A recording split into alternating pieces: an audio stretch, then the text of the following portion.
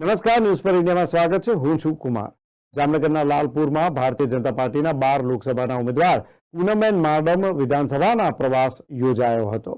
જામનગર લાલપુર આગામી લોકસભાની ચૂંટણીને લઈને જામનગર 12 લોકસભાના ભારતીય જનતા પાર્ટીના ઉમેદવાર પૂનમબેન માડમ 80 વિધાનસભાનો પ્રવાસ યોજાયો હતો, જેમાં લાલપુર ખાતે તાલુકા તથા શહેરના કાર્યકરો તેમજ શુભેચ્છકો સાથે બેઠક યોજાઈ. શહેરના સરદાર ચોક ખાતે ઉમેદવાર પૂનમબેન માડમની બેઠક યોજાઈ હતી, જેમાં તાલુકા તથા શહેરના કાર્યકરો તેમજ શુભેચ્છકો ખાસ ઉપસ્થિત રહ્યા હતા.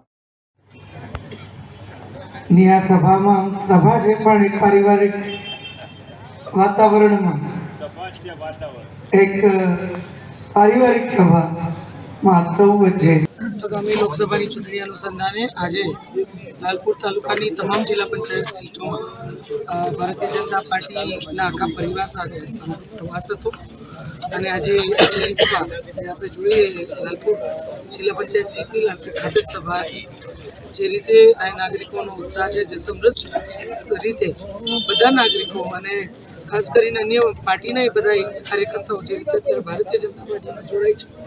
એનાથી એક વાતની પ્રતીતિ ચોક્કસ થાય છે કે મોદી સાહેબના નેતૃત્વમાં જે પ્રકારના કામો સમગ્ર સંસદીય ક્ષેત્રમાં અને સમગ્ર રાષ્ટ્રમાં થયા છે,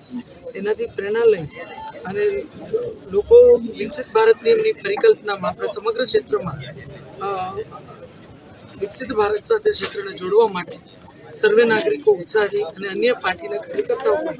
ઉત્સાહથી જ્યારે ભારતીય જનતા પાર્ટીમાં જોડાય છે, ત્યારે મને ખાતરી છે કે 2014ની લોકસભા હોય 2019ની લોકસભા હોય, એ બંને લોકસભામાં જ્યારે ઐતિહાસિક પરિણામ સમગ્ર સંસદીય ક્ષેત્રના નાગરિકોએ સર્જાતા, ત્યારે મને ખાતરી છે કે 2024માં પણ એક ઐતિહાસિક પરિણામ પાર્ટીના સર્વે કાર્યકર્તાઓ અને આપણો આખો જામનગર સંસદીય ક્ષેત્રનો પરિવાર છે, જેના માધ્યમથી આપણે પણ એટલે કે સમગ્ર હાલત વિકસિત ભારત